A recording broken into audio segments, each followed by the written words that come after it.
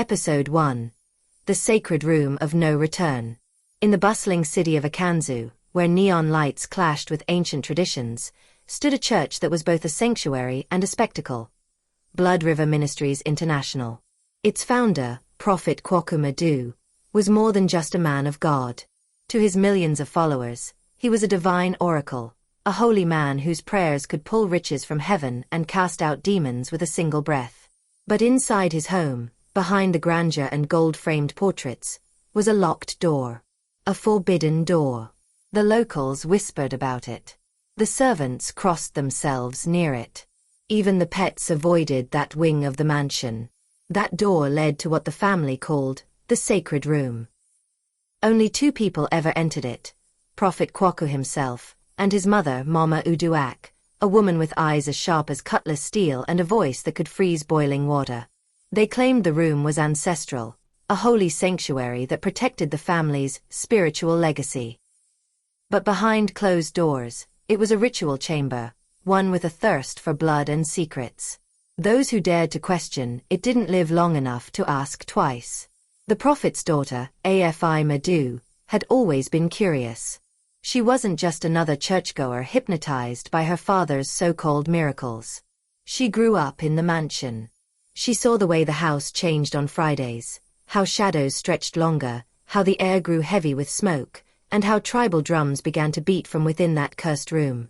And it always began the same way.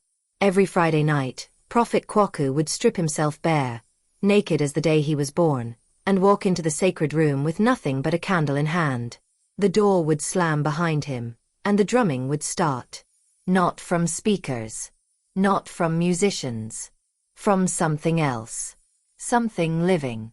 He wouldn't return until Sunday morning, just in time to appear at the pulpit and perform his prophetic wonders. But Afi knew what happened in that room. She knew because she'd seen the snake. Yes, the snake. It wasn't a metaphor. It wasn't some spiritual symbol. It was real, long as a car, blacker than coal, with gold-rimmed eyes that looked straight into your mind. The snake lived in the house. She'd seen it slither from under her father's door and vanish into the floorboards. Sometimes, it would leave early on Sunday, before her father. And she'd see it again later, curled near the altar, invisible to the crowd, whispering secrets into her father's ear. The snake told him who was sick, who was poor, who had cheated on their wife. And her father would prophesy the information as if God had spoken directly to him. People believed. They wept. They emptied their wallets. Some even donated houses. One old woman gave him her entire pension fund and walked home barefoot with a smile on her face. But Afi wasn't smiling. Because she also knew what happened to the curious ones. 6 family members had vanished over the years. Nosy cousins. Rebellious uncles. Even a skeptical auntie who swore to expose everything. All of them had one thing in common. They tried to enter the room. She had seen 3 of them sneak in. Bold, brave, or maybe just stupid. And they were never seen again. A few days later, they were found. Not in the house. Not anywhere nearby. They were discovered floating in distant rivers. Mouths agape. Skin pale. The official cause? Drowning. Funny. They had all last been seen stepping into a dry room at the back of a mansion. When Afi tried to raise questions, she was met with silence, then threats, then something worse. The moment she confronted Mama Uduak about the rituals, something inside her mind cracked. That very night, her sanity was snatched away like a rug from under her feet. For 6 months, she was gone. Mentally, emotionally. She couldn't recognize her own name. She screamed at mirrors.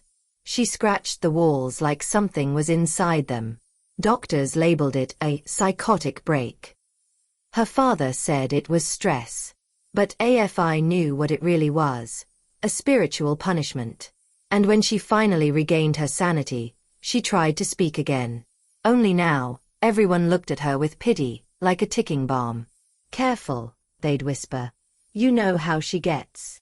Any mention of the snake, the rituals, or the room, and people assumed she was slipping back into madness.